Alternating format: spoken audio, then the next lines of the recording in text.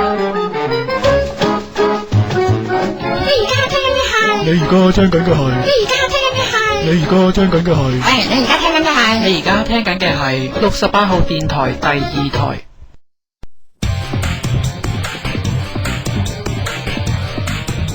不論得日發餓，新舊電影，戲迷又點可以錯過一場場愛恨交織嘅影評呢？68號電台第2台，戲言、鯊魚、太陽，同你如數家珍，片片經典。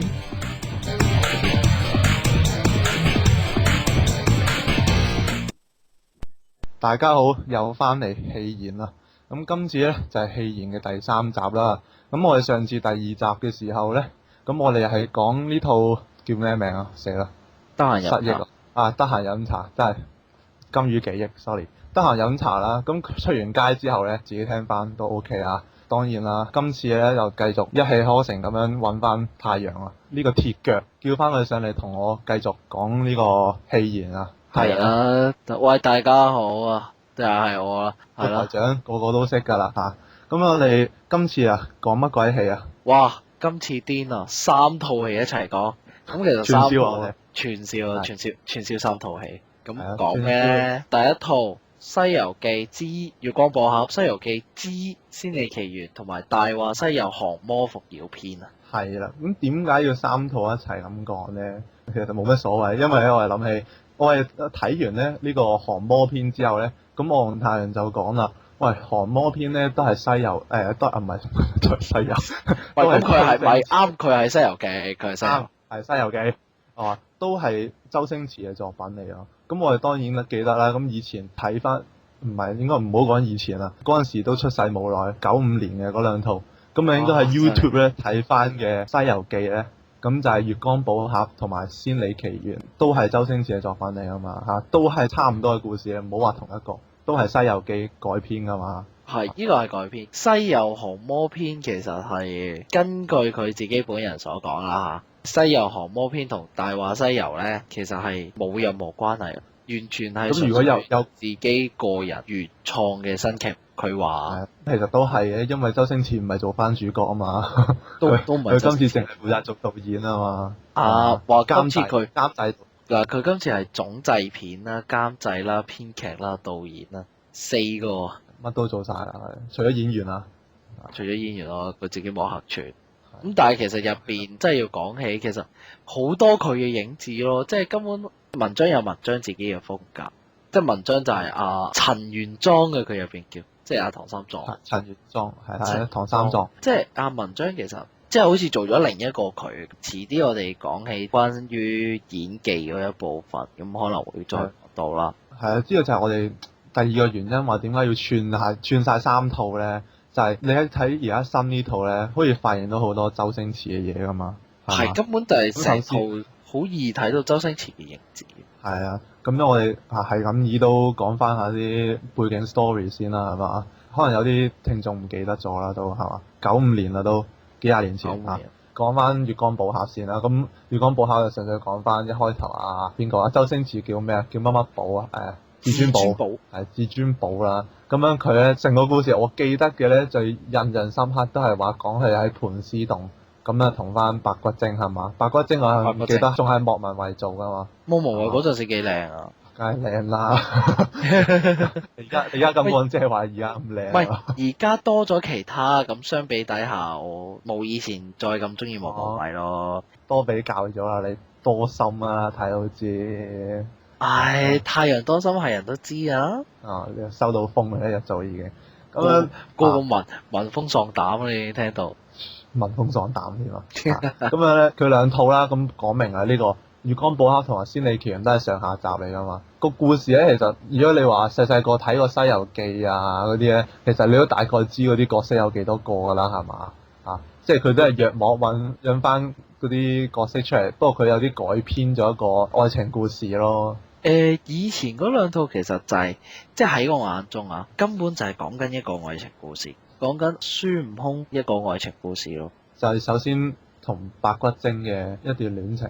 跟住呢個係第一集嘅。第一集。跟住先係同朱茵飾演嘅紫霞同埋紫霞定青霞？紫霞。佢咪兩個都有咩嘅咩？朱茵原身係一個咩佛祖嘅燈芯啊嘛，兩姊妹同一個軀殼啊。咁當佢係啦，呢個冇乜點詳細研究過啊。嗌翻紫霞，我記得係嗌紫霞嗌多啲㗎。係啊，嗌紫霞嗌多啲。咁不如你講下個西遊降魔咧，其實西遊降魔好唔同咯，因為西遊降魔個主角唔再係孫悟空，係啊唐三藏。最慘係最緊要係冇埋羅家英咯，冇冇咗羅家英咯。咁煩嗰個咁煩嘅角色啊！哇！真係即係到而家Only You 嚟，我哋3、2、1一齊唱啊！3、2、1 Only You 咁啊真係哇！即係尤其是我最記得羅家英咧喺孫悟空同埋觀音菩薩要打之前咧，佢就喺度係咁話如果寶盒就冇乜嚟㗎，唔會周圍掟㗎，掟到啲小朋友就冇啦，掟到花花草草都唔執翻係嘛？跟住哇！真係煩到咩？你愛你出聲我咪俾你咯，唔通你唔愛我執俾你咁嗰啲？哇！真係煩到咧！我記得連觀音大士都話佢煩啊！佢伸隻手捉住佢條頸，叫佢收聲。捉住佢收聲啊！連觀音大士好嫌佢。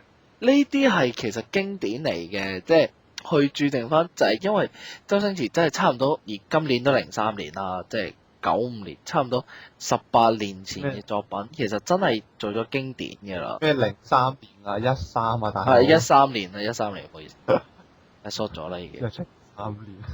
西遊降魔係啦，即係主角係唐三藏啦，咁就係周圍都有妖魔鬼怪啦，跟住就百姓都好辛苦啦，跟住驅魔人啊，佢好着重自己驅魔人呢個身份，就話想捨小我成大我啦嘅一個大無畏精神，咁就嘗試去收復呢個嘅水妖啦，即係阿沙僧啦，嘗試去收復豬妖，即係豬八戒啦，嘗試去收復孫悟空啦。用愛去感化佢，哇！佢嘅愛仲要最得意係用兒歌300首，我好記得佢兒歌300首。佢話要喚醒呢啲妖怪真善美笑到喎！好啦，跟住就話想用愛將佢哋感化啦，即係講佢嘅愛情故事。咁最後佢終於領到咩嘢先至係愛嘅真義？最後就係咩？為咗拯救天下蒼生於水火咧，為咗還自己嘅罪惡咧，咁四師徒就義無反顧咁踏上咗取西經之路啦。老土到阿媽都唔得啦。咁但係西遊結局係西遊嘅結局嚟嚟去去咪又係咁，可以點啫？一係就講佢攞咗西經翻嚟咯，就係咁咯。有電視劇咯。電視劇啊，冇睇過呢套啊？定係唔係啊？你講翻無線嗰啲啊？梗係無線最出名㗎啦，張衛健。我冇印象，我通常張衛健佢兩套，講到佢翻嚟，講到去到成佛啊嘛。係去到成佛，張衛健有兩套嘅，兩套《西遊記》，一套就有哪吒添嘅，嗰套就誇誇地啦咁。太誇啦！好，我哋講翻周星馳。翻套戲啦。周星馳，即係如果真係要講比下，近年嚟真係除咗係，即係你要講功夫 OK 嘅，咁呢功夫幾好睇嘅真係。咁西遊降魔篇都好睇，咁但係有套嘢咧就叫長江七號，我就睇極睇佢都睇唔明，係啦，我唔知，即係嗰陣時覺得，周星馳冇啦，走下坡，咁但係又出翻嚟佢做導演啊，咁樣做下又，即係呢套戲俾我驚喜唔大，但係你話有冇周星馳嘅味道有咯，即係叫做充滿晒周星馳嘅味道啦，其實。唔係，即係以前會覺得係，即係你食個梨係好多水啦，又冇渣又成啦，好好食啦。咁而家食個梨就係少咗好多水啦，有少少渣啦。咁但係係咪一個好嘅梨都算係嘅咁咯？你呢啲形容詞真係係嗰啲比喻真係怪怪地。我唔識接你呢個形容詞啦，真係。唔係咁，繼續講落去，跟住咧。既然你講到周星馳啊，梗係講翻佢呢套嘅拍攝風格啦，走唔甩㗎啦。咁其實本身話會唔會好似上一次我同太陽咁樣咁研究嗰啲滅索聲咧？今日當然唔會啦，好難用一個我覺得啊，睇喜劇咧好難會點樣去研究佢個拍攝風格，我都掛住笑，我邊有時間慢慢分享。真係冇，即係望住已經喺度笑到已經，算啦，拍下啦。算skip 咗啦又，算啦咁。係，你頭先講咩數啊？算啦，由佢啦，笑完先算。係啊，笑完先算。跟住就咁我哋咧就拍攝風格咧，其實我哋見到點解見到拍攝風格咧，就係有一 part 咧，其實係無啦啦唱起歌上嚟嘅呢啲情節唱有歌三百首。係啦，一開頭想說服水妖嗰陣，攞本兒歌三百首出嚟喺度唱兒歌，我唔知咩嚟嘅嗰個其實。乖，你快啲回來！點解你咁壞咁嗰啲咁？係喺度身邊嗰啲人都 O 晒嘴咁樣。即係除咗 O 嘴都唔緊要，係連隻妖怪已經另歪面想避佢，跟住佢特登又要去翻正面，即係嗰啲咪周星馳咯。係啊，即係呢啲可以睇翻即係你話呢啲咁嘅無啦啦入嘅一啲唱歌風格，以前你有邊嚟睇啊？我哋可以睇翻007啦，係啊，007啦。國產007有啊，唱李香蘭啦，擔住口假煙啦，係唱假煙喺度唱。雖然唔係周星馳自己唱嘅但係最後大家都知。不過佢做出嚟，我下做出嚟係好笑咯。係啊，仲有呢個少林足球。少林足球你講話係大師兄啊？少林足球同大師兄喺酒吧嗰啲唱咧，我係鐵頭功，呢係金木腿嗰啲咧。係啊，然後仲有醬爆醬爆呢個 moment 要爆啦，跟住就唔知點解成班人就會同佢一齊喺度跳又唱。MJ 跳 MJ 唔知邊首歌嘅改版，Beat Me 好似係 Beat Me 嘅改版咯。我哋即係印象純粹又俾我印象就係佢成好似好無厘頭無啦啦咁樣唱歌啦，就係咁啦。唔係咁，然後即係佢仲要即係你話無厘頭無啦啦唱歌，其實唔少片都係咁樣嘅，但係嗰啲叫 musical 咯，即係擺明係歌舞劇咁嗰啲，咁無啦啦唱歌嗰啲我接受到，但係依套明顯唔係啦，呢套就無啦啦整個無啦啦一齊跳舞一齊唱歌咁嗰啲。係咯，呢個即係呢啲情節係周星馳電影，但係係周星馳電影先會無啦啦揾到嘅啫。跟住仲有啲好無厘頭嘅情節啦，功夫有冇啊？功夫。你係咪講過功夫有啊？我唔記得邊。功夫跳虎頭幫舞嗰陣時咯。係啊。無啦啦成班就咁，跟住喺度跳功夫。就係無啦啦有一刻就有一班人咁樣跟住咁樣跳呢個虎頭幫嘅舞。仲有回魂夜，佢同莫文蔚無啦啦，因為個收音機響啊嘛。跟住就喺度懶係 disco 咁跳舞啊。跟住仲話叫你跟翻我個 beat 啊係，呢個又係好笑，呢個好笑。即係好無厘頭嘅一啲，其實無厘頭都有好多，不過印象比較深刻嘅都係呢啲點樣睇到喺周星馳嘅電影入面咧係呢啲係真係無厘頭嘅位咧。同埋講翻起，譬如即係我哋頭先我同沙魚都有傾過，有一個又係根本就係周星馳嚟嘅，就係文章，即係唐三藏走去問阿舒淇話：我小姐我有咩幫到你？跟住舒淇話有，點幫啊？死開！咁呢啲咪就係周星馳哦？呢啲一聽落去根本就係周星馳就做呢個角色，即係仲要捽下兩隻手，跟住之後仲要好似以前外賣仔碌咁嗰個咧。外賣仔碌係邊套啊？行運一條龍定係？唔係行運一條龍，嗰個無敵幸運係咪幸運啫？講佢最後同好似黎明嗰個人打交嗰個。係。我唔記得咗個劇入邊嗰個總之係外賣仔啦。行運超人定唔知乜鬼嘢？行運超人。唔係，死啦！突然間我哋兩個都諗唔起呢台係咩戲添。喂，有邊位聽眾諗起呢台係咩戲咧？去我哋個 fan page 同我哋講聲。我哋個。真係諗唔起，總之我就係記得佢個外賣仔啦。係啊，總之係外號係外賣仔。即係外賣仔，跟住仲要好谷下身，跟住捽住兩隻手，喂，小姐有咩幫到你？有點幫啊？死開咁！呢啲根本就係一諗起就係周星馳，唔使多講嘅呢啲真係。係啊，你咪好中意講演員啊？講演員係演員，哇！今次演員就真係特別啦。例如文章啦，文章我幾中意佢啦，同埋係好神奇地係我唔知點解係會有周秀娜啦，有好多都唔知點解，好似羅志祥啊。呢啲羅志祥嗰人，神虛公神虛公子，神虛啊，子嘅，咁同埋就係黃渤黃渤係一個一直都好欣賞一個欣賞嘅一個串啊，串客串啦，客串。係醬爆啦，係有醬爆，醬各位其實係有醬爆。爆喺度。咁不過醬爆就冇咁多，仲少咯，比黃出位更加少。再咁出位，比黃渤嘅鏡頭嘅時間更加少咯。少好多，兩個夾埋都唔知有冇廿分鐘其實。其實對我嚟講係咯，今次咧揾啲演員咧都幾新鮮。除咗黃渤之外，黃渤之前睇過佢又係叫咩？又係鄭中基嗰套《月光寶盒》咧做周瑜，唔知你有冇睇過？即係我嗰陣時已經開始睇黃渤，又係覺得又係專係做呢啲笑片，覺得應該幾搞笑。係黃渤係做笑片唔差。係應該係話除咗舒淇同埋黃渤之外咧，其他都好。因為文章咧，我之前未睇過佢啲戲，對我嚟講就張其實有套戲係唔差嘅，叫做。即係佢之前有好多戲嘅，譬如同阿李連杰，好似係李連杰拍嗰套《海洋天堂》，佢好似就係做個仔，做個自閉嘅阿大福，跟住就好似跟住就好似一基金就整咗個咩大福自閉症關愛基金，係好神奇。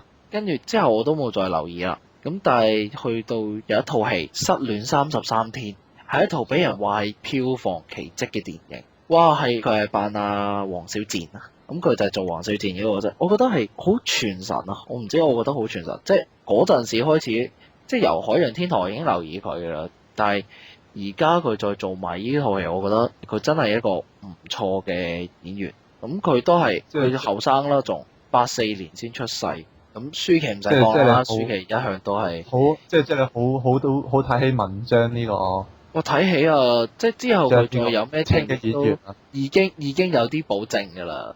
舒淇就真係唔使講啦，出咗嚟拍戲好耐㗎啦。咁啊我好似頭先講過啦，行運一條龍都有舒淇啦。行運一條龍已經有舒淇。古惑仔6啦，我印象嚟嘅古惑仔6有舒淇出現過啦。近排就少咗喺香港，即係香港電影見到舒淇啊，我覺得。好似係嘛，即係除咗呢套《西遊降魔篇》咧之外咧，都冇乜點，即係上晒岸啦，即係又係我少睇。佢又係同我哋，即係佢又係同我哋上一集阿劉德華其實差唔多，又係上咗岸，你好少會喺一啲電影再見到佢哋啦。定係翻咗大陸拍劇咧？呢個可能呢個都有可能。你翻咗大陸拍劇，咁佢啲演技就唔使講啦，真係非常之。如果你話講笑片嚟，非常之熟練啦添，真係已經好熟練啦呢啲。即係就算佢同埋佢入邊有啲好係咯，講埋角色先，即係角色其實又好笑啦。例如有功夫入邊嘅裁縫啦，個基基地嘅裁縫啊，基基地記得係周秀娜係得意嘅，周秀娜我諗唔明咁，但係周秀娜喺呢套演出，我覺得係個感覺係新鮮嘅，真係。即係之前睇周秀娜睇嗰套唔知都係一啲好咩電影咁啊，嗰啲港產片咧，即係其實稱得上高質嗰啲咧。揾周秀娜都好合理㗎，因為喺故事入邊佢要教舒淇點樣去吸引文章啊嘛。咁啱呢個佢曾經有一幕係教佢話咩，俾個符佢話我做咩動作，你跟住我做咩啊嘛，跟住就會做啲非常之誘人嘅動作出嚟啊嘛，咁都幾符合翻周秀娜本身嘅喺娛樂圈嘅形象啊嘛。啱，呢個你啱，呢個都啱㗎嘛。呢個係唔錯。不過即係你話佢出現喺啲笑嘅電影度都正常嘅，又唔會話又唔會話你講到佢咩出現喺啲咩電影話。唔係，咁佢之前係有啲好無厘頭嘅電影咧，咩以前我記得佢最初出道咧，同嗰陣時方力申仲喺度拍唔知排球定游水咁，就係運動電影咁樣，又係港產片咁。哇！嗰套嘢真係〜我完全唔想記起嗰套嘢，我嗰陣時我覺得我入場睇嗰陣時真係嘥咗張飛，真係咁慘浪費，去到不予置評嘅階段。我真係即係呢套戲我真係唔會想再記得。嗰陣時冇諗過佢可以做到呢啲嘢嘅，咁但係出到嚟西遊，我覺得新鮮咯，即係我對佢改觀咗，真係改觀咗好多。改觀 OK。咁肯定有啦，講得周星馳風格，肯定有咩經典嘅對白啦，係嘛？冇啦，呢個走唔甩啦。呢句最印象深刻喺新嘅呢套《西遊記》入面係咩啊？嗰1萬年咩啊？你唔好等1萬年啊！你而家就愛我啦，係嘛？成句係咩咧？成句就係、如果要講啊，成句文章就話啦，我第一次我見到你就愛上咗你。舒淇就話有幾愛，好愛，我冇一日唔想你。愛幾耐啊？1000年、10000年、10000年太耐。呢一句就愛我現在，依句就係最經典咯。 10000年呢句咧，講起《西遊記》，梗係以前睇過《仙履奇緣》同埋《月光寶盒》嘅，肯定都記得嗰句啊。曾經有一份好真摯愛情擺喺我面前嗰一句，跟住佢就話要加上咩？希望係10000年嘅愛啊嘛。咩？成呢句句好長。原句係曾經有一份好至真嘅愛情等咗喺我面前，我冇好好去珍惜。如果有機會俾我再嚟多次嘅時候，我會希望喺個女仔面前講我愛你。如果非必要喺呢份愛上面加上一個期限，我希望係10000年。就係呢句就係帶出出現嘅10000年啊，就係呢個經典嘅對白。點樣好似其實俾人嘅感覺好似係貫穿咗，令你諗翻起以前嗰套《西遊記》。即係如果你冇睇過佢以前呢套《西遊記》嘅話，你可能會純粹覺得俾你嘅感覺可能會好感動。但係如果你睇咗之前嗰兩集嘅話，你除咗感動之外，你更加會有一份似曾相識嘅感覺，係嘛？都唔止係，其實嗰種感動係加倍咗添，我自己會覺得。周星馳出名嘅除咗笑片之外，其實就係永遠佢嘅笑片都係入邊其實係悲傷嘅，但係你會係覺得好笑，但係其實帶住淡淡嘅悲傷嘅。咁而呢套過程係好笑，過程係好笑。咁好多其實都係好悲傷嘅結局啦。咁例如真係頭先嗰兩套西遊都係悲傷，去到西遊降魔都係。成件事其實係好 down 好 sad，但係雖然過程係好好笑，咁但係呢個就係周星馳咯，永遠都係笑中帶點淚咯，即係你淚唔會淚崩，但係你會帶點淚咯。唔好喊住啊，太陽，俾個分先啦。喊咧，俾分你俾幾多？我今次咧就俾6.5分，比上次低1分嘅。點解咧？咁其實咧，今次就我原意咧，我諗住睇呢套降魔篇嘅時候咧，我希望嘅會有一啲突破。雖然我覺得未必係應該有呢種心態，因為大家睇開周星馳咁多年嘅電影咧，咁其實咧對於佢應唔應該突破咧，都好大爭議。即係好似話有啲人寧願中意繼續睇，好似即係感覺上啊，有啲令你勾翻起以前睇周星馳電影嘅一啲感覺。但係相對，如果對我嚟講咧，我睇咗咁多套以前周星馳嘅電影，去到而家呢一刻，我反而我會抱期望，希望去睇到佢一啲創新嘅風格啦。咁其實呢套即係唔係話佢唔好，只不過係話俾我嘅感覺唔係太創新，而係佢就係繼承到周星馳嘅風格咯。啊，咁你咧？我咧就我可能高你0.5分啦，因為佢真係頭先嗰個最尾嗰個感動位啦，真係感動到我啦。我睇電影其實大家都知，其實我好簡單嘅，即係我覺得套電影有冇出好唔好笑，令唔令得起我感起興趣啦，會唔會有思考啦，即係我會睇呢啲嘢比較多啦。咁呢套嘢我就得7分，點解咧？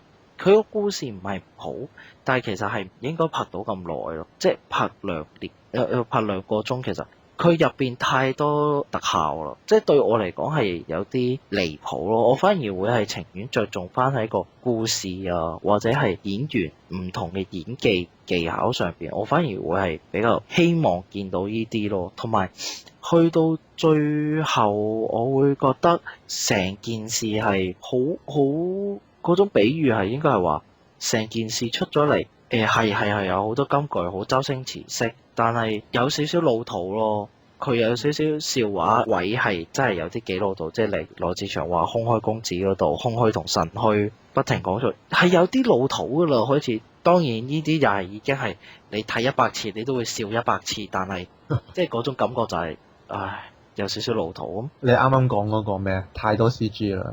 係真係太多 CG 啦，太多 CG。可以睇睇到後期睇孫悟空係真係睇動畫咯，我覺得去到後期就好似睇動畫咁樣。係真係睇動畫咯，我覺得感覺上就比較強差人意啲。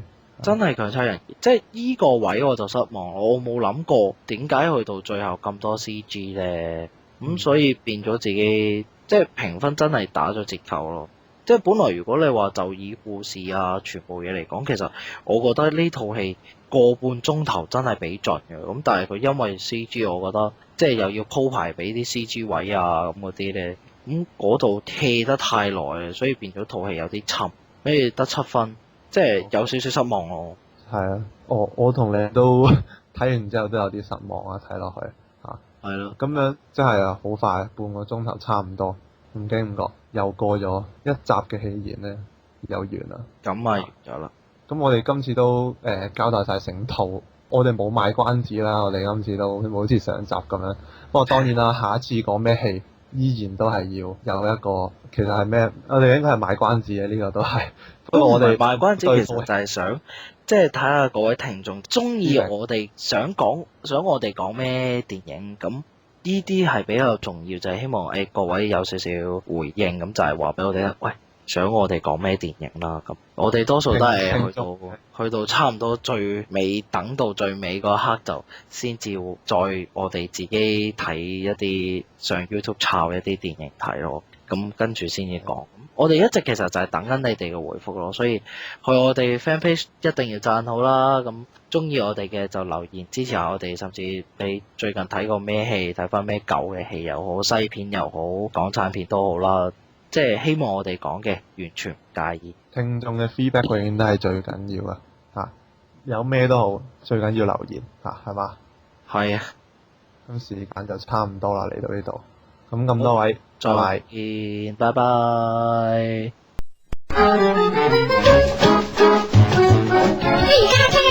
你而家聽緊嘅係，你而家聽緊嘅係，你而家聽緊嘅係68號電台第2台。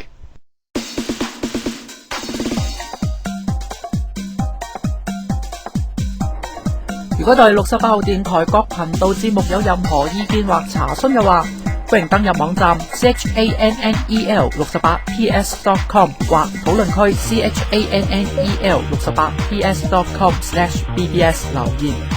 你嘅寶貴意見將有助推動我哋嘅發展，千祈唔好吝嗇啊！68號電台全新為你